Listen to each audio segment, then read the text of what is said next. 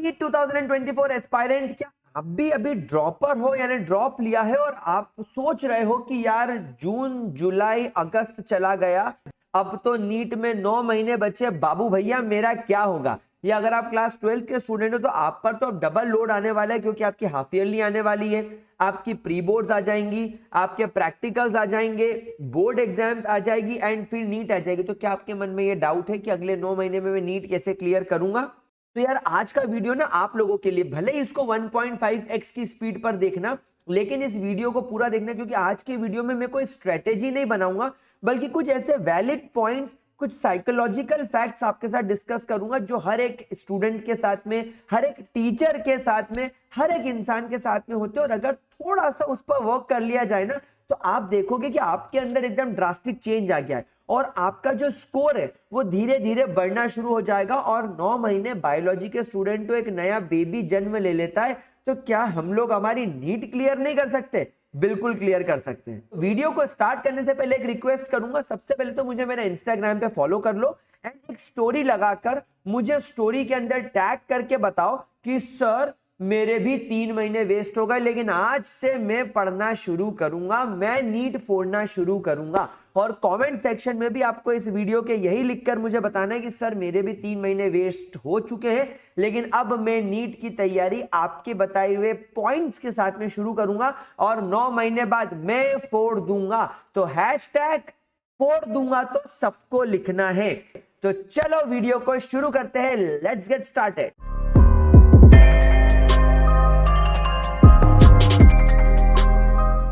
तो पहला point, psychological fact ये कहता है कि हमारा ब्रेन बड़ा शाना है, बहुत ज्यादा तेज चलता है ये प्राणी। एक्चुअली देखो, मैंने इस चीजों का पॉइंट आउट किया, मैं मेरी शादी के इनविटेशंस बना रहा था एंड मैंने मेरे भाई का नाम अनिरुद्ध की जगह अनरुद्ध लिख दिया। अब मेरे सबकॉन्शियस माइंड को ये पता था कि मैंने गलती करी है, लेकिन जब जब मैं प्रूफ रीड करने बैठता था वो अनिरुद्ध छूट जाता था। मुझे ऐसा लगता था कि इसको कोई गलत लिखूंगा क्या मैं, तो वो अनिरुद्ध की जगह अनुरुद्ध हो गया। एंड जब मैंने इनविटेशंस बांटने शुरू करे तो मुझे सब लोगों ने बोला है भाई का नाम बदल दिया, अनिरुद्ध कर दिया। तो अब मुझे लगा ओ शिट मैन, ये तो गड़बड़ हो गई। तो हमारे ब्रेन को एक्चुअली चीजों को स्किप करने की आदत होती है, स्पेशली वहां पर जहां पर वो कॉन्फिडेंट होता है कि मैं गलती नहीं कर सकता। अब ये चीज एक नीट एस्पायरेंट के साथ बायोलॉजी सब्जेक्ट के अंदर होती है। जब आप एनसीईआरटी रीड करने बैठते हो ना, तो फर्स्ट टाइम आप अगर एनसीईआरटी रीड करते वक्त कोई मिस्टेक कर लेते हो तो आपके ब्रेन के अंदर कुछ ऐसे मैसेजेस चले जाते हैं कि आपने जो पढ़ा है वो ठीक है। अब वो गलत चीज को आप 4 बार के आप 10 बार भी पढ़ोगे ना, तो आपका ब्रेन उस लाइन को स्किप कर देगा, उस वर्ड को स्किप कर देगा, उस डेफिनेशन को स्किप कर देगा और आपको ऐसा फील आएगा कि मैंने तो कर लिया। तो गाइज, आपको अपने ब्रेन को ऐसा ट्रेन करना है कि आप एक चीज को बार बार पढ़े एंड हो सके तो अपने फ्रेंड्स की मदद ले।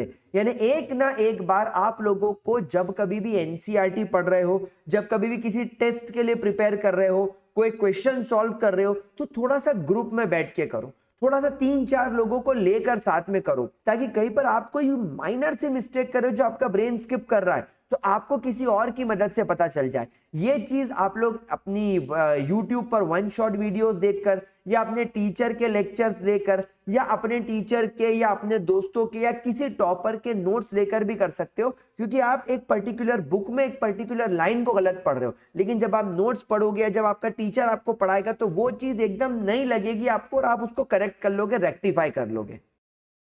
दूसरा गाइस, आप लोगों ने जैसे फॉर एग्जांपल देखा, आपके घर में पानी की मोटर होगी जो पानी टंकी तक चढ़ाती है। अगर आप बिना पानी के ही उस मोटर को चला दोगे तो जल जाएगी, क्योंकि आपने उसको एग्जैगरेट कर दिया, आपने उसका मिसयूज कर दिया।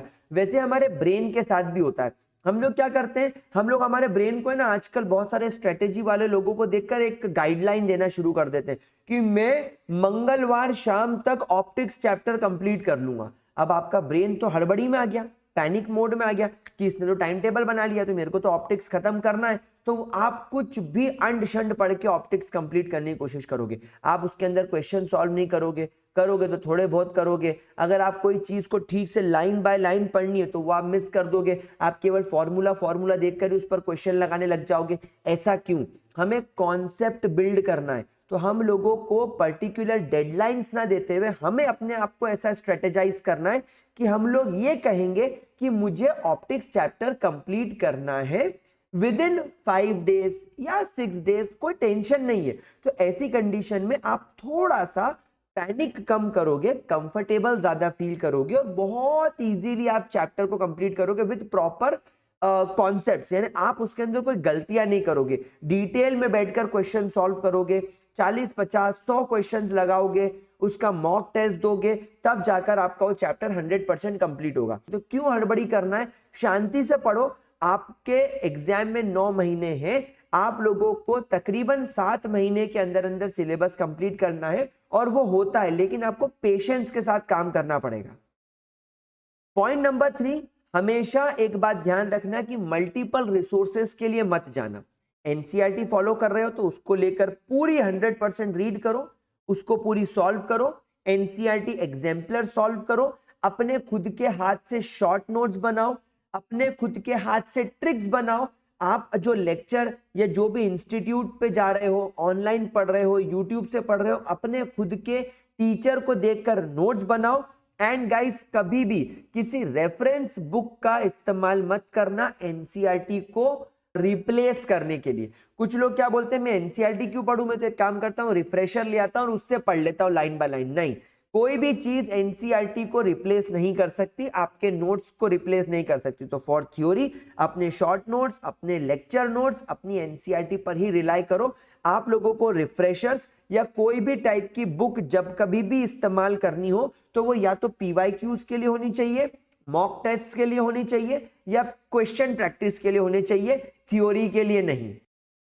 नेक्स्ट पॉइंट ये है कि गाइज आप लोग क्या करते हो, मोस्ट ऑफ द टाइम केवल चैप्टर कंप्लीट करने की कोशिश करते हो, या किसी का लेक्चर कंप्लीट करने की कोशिश करते हो, या केवल नोट्स बनाने की कोशिश करते हो। नहीं भाई साहब, अगर आपको स्विमिंग करनी है तो आप केवल स्विमिंग की किताब पढ़ के स्विमिंग नहीं सीख जाओगे। जब तक आपको स्विमिंग पूल में नहीं उतारा जाएगा और खुद हाथ पैर नहीं मारोगे ना, आप अचानक से नदी में उतरोगे ना तो डूब के मर जाओगे। तो अगर आपको तैरना सीखना है तो आप लोगों को स्विमिंग की किताब तो पढ़नी है, रूल्स एंड रेगुलेशन तो पढ़ने, लेकिन खुद पानी में उतर के हाथ पैर भी मारने पड़ेंगे। ठीक वही चीज यहाँ पर आज की तारीख में 60% बच्चा गलती करता है कि नीट की प्रिपरेशन तो कर लेता है, नोट्स पढ़ लेता है, एनसीईआरटी पढ़ लेता है, चलो एनसीईआरटी सॉल्व भी कर लेता है, लेकिन मॉक टेस्ट नहीं देता। जब मॉक टेस्ट नहीं दोगे तो एग्जाम का फीलिंग नहीं आएगा। आपको ये समझ में नहीं आएगा कि जब मैं ऑन द स्पॉट बैठूंगा तो क्या वो 3 घंटे के अंदर मेरे में इतनी कैपेबिलिटी है कि मैं क्वेश्चन सॉल्व कर पाऊंगा, क्या मुझसे क्वेश्चन सॉल्व हो रहे हैं। ये सारे पॉइंट आपको केवल और केवल मॉक टेस्ट देते वक्त ही पता चलेंगे। अच्छा, जब आप कोई पीवाईक्यू सॉल्व करोगे तो आपको तो पता है कि मैं केमिकल काइनेटिक्स चैप्टर का पीवाईक्यू सॉल्व कर रहा हूं, लेकिन जब आप नीट एग्जाम में बैठोगे ना, या जब आप बोर्ड एग्जाम में बैठोगे ना, तब आपको थोड़ी पता है कि ये क्वेश्चन इक्विलिब्रियम से आया है, ये रेट लॉ कांस्टेंट का है, या लॉ ऑफ मास एक्शन का, क्योंकि तो मिलती जुलती चीजें हैं। तो वहां कंफ्यूजन क्रिएट होता है और फिर आप उस चीज को कैसे सॉल्व करते हो वो चीज आपको टेस्ट देते वक्त ही आएगी। इसीलिए कभी भी ऐसा मन में आए नहीं दूं टेस्ट, तो ये कभी मत करना। टेस्ट देने का है हमको तो टेस्ट देना ही पड़ेगा। लास्ट पॉइंट क्या होता है, देखो हम जैसे आज आपने मेरा वीडियो देखा, मोटिवेटेड हो गए, पढ़ेंगे सर, आप इंस्टाग्राम पर मुझे टैग भी कर दोगे, नीचे कमेंट बॉक्स में भी लिख दोगे, लेकिन बाद में क्या होगा, आप अपने आप को ऐसे टारगेट्स दे दोगे जो प्रैक्टिकली पॉसिबल नहीं है। जैसे आप आज जाके अपनी दीवार पर टाइम टेबल लगा दोगे कि आज मंडे को सर ने वीडियो डाला है, ट्यूसडे को मैं फिजिक्स पढ़ूंगा 2 घंटे, 2 घंटे बायो पढ़ूंगा, 2 घंटे केमिस्ट्री पढ़ूंगा, केमिस्ट्री में स्ट्रक्चर ऑफ एटम के मैं 100 क्वेश्चन कर लूंगा, देन वेडनेसडे को मैं केमिकल बॉन्डिंग शुरू कर दूंगा, ऑप्टिक्स शुरू कर दूंगा, रिप्रोडक्शन स्टार्ट कर दूंगा, देन वेडनेसडे को मैं पूरा फ्लावरिंग प्लांट का कंप्लीट कर लूंगा। अब क्या हुआ, आपने जोश जोश में टारगेट तो ले लिया, लेकिन जब आप पढ़ने बैठोगे तो मंडे के बाद ट्यूसडे को क्या सर्कमस्टांसेस होंगे, हो सकता है तुम्हारी कोचिंग में एक्स्ट्रा क्लास लग जाए, हो सकता है बारिश आ जाए, तुम थोड़ा सा भीग जाओ, थोड़ी सी सर्दी हो जाए। तो ऐसी कंडीशन में क्या होता है कि हम लोग हमारे ऐसे टफ टारगेट्स बना तो लेते हैं और 1-2 दिन उन टारगेट्स को फॉलो भी कर लेते हैं, इनफैक्ट कंप्लीट भी कर लेते हैं, लेकिन अगर किसी दिन कुछ छूट जाए तो वो बैकलॉग हो जाता है, फिर वो अगले दिन करने बैठोगे तो अगले दिन का छूट जाएगा। ऐसे करते करते 10 से 15 दिन के अंदर तुम तुम्हारे टाइम टेबल को फॉलो करना बंद कर देते हो और फिर मन में एक ऐसी फीलिंग आती कि अरे यार मुझसे तो 10 दिन का टाइम टेबल फॉलो नहीं हुआ, क्या होगा मेरा लाइफ में, क्या मैं किसी काबिल हूं, तो डीमोटिवेशन वाला थॉट आ जाता है। इसीलिए कभी अपने आप को ऐसे टारगेट्स दो ही मत, छोटे छोटे टारगेट से शुरू करो कि यार मैं एक काम करूंगा, ट्यूसडे के दिन केवल 2 घंटे फिजिक्स पढ़ के देखूंगा। फिजिक्स पढ़ने के बाद आप केमिस्ट्री बायो पढ़ो, लेकिन कोई टारगेट सेट मत करो। आप अपने आप को ये बोलो कि मैं हर दिन 2 घंटे फिजिक्स पढ़ूंगा एंड विद इन 1 वीक मैं ऑप्टिक्स को बहुत अच्छे से क्लियर कर लूंगा, लेकिन 1 वीक से ज्यादा भी लगेगा तो कोई टेंशन नहीं है। तो ऐसे में आप लोग डीमोटिवेटेड नहीं होगे। तो हमेशा स्मॉल टारगेट्स रखो, स्मॉल टारगेट्स जल्दी पूरे होते हैं, ब्रेन में एक वाव फैक्टर डोपामिन रिलीज होता है, हैप्पीनेस फीलिंग आती है, मोटिवेशन आता है एंड धीरे धीरे 21 दिन के बाद में आपको ये चीज करने की हैबिट पड़ जाती है। एंड कब आपका वो नया नया बनाया हुआ स्ट्रेटेजी या टाइम टेबल आपके रूटीन का पार्ट बन जाएगा, आपको पता भी नहीं चलेगा। तो इसीलिए गाइज आप लोगों को ये बताए हुए पॉइंट्स तो फॉलो करने ही करने हैं। एंड आप लोगों को ये कमेंट सेक्शन में भी लिखकर बताना है कि ये 5 पॉइंट्स कैसे लगे, इन्हें कब से फॉलो कर रहे हो। एंड इंस्टाग्राम स्टोरी पर भी मुझे टैग करके बताना है कि हम लोग ये 5 पॉइंट कल से फॉलो कर रहे हैं। हम लोगों के 3 महीने वेस्ट हो गए तो चलेगा, अगले 9 महीने में हम लोग हैशटैग फोड़ देंगे। वीडियो कैसा लगा कमेंट सेक्शन में मुझे जरूर बताना, जितना ज्यादा हो सके अपने दोस्तों के साथ इसे शेयर करना। मिलता हूं अगले वीडियो में, तब तक के लिए कीप वॉचिंग, हasta la vista।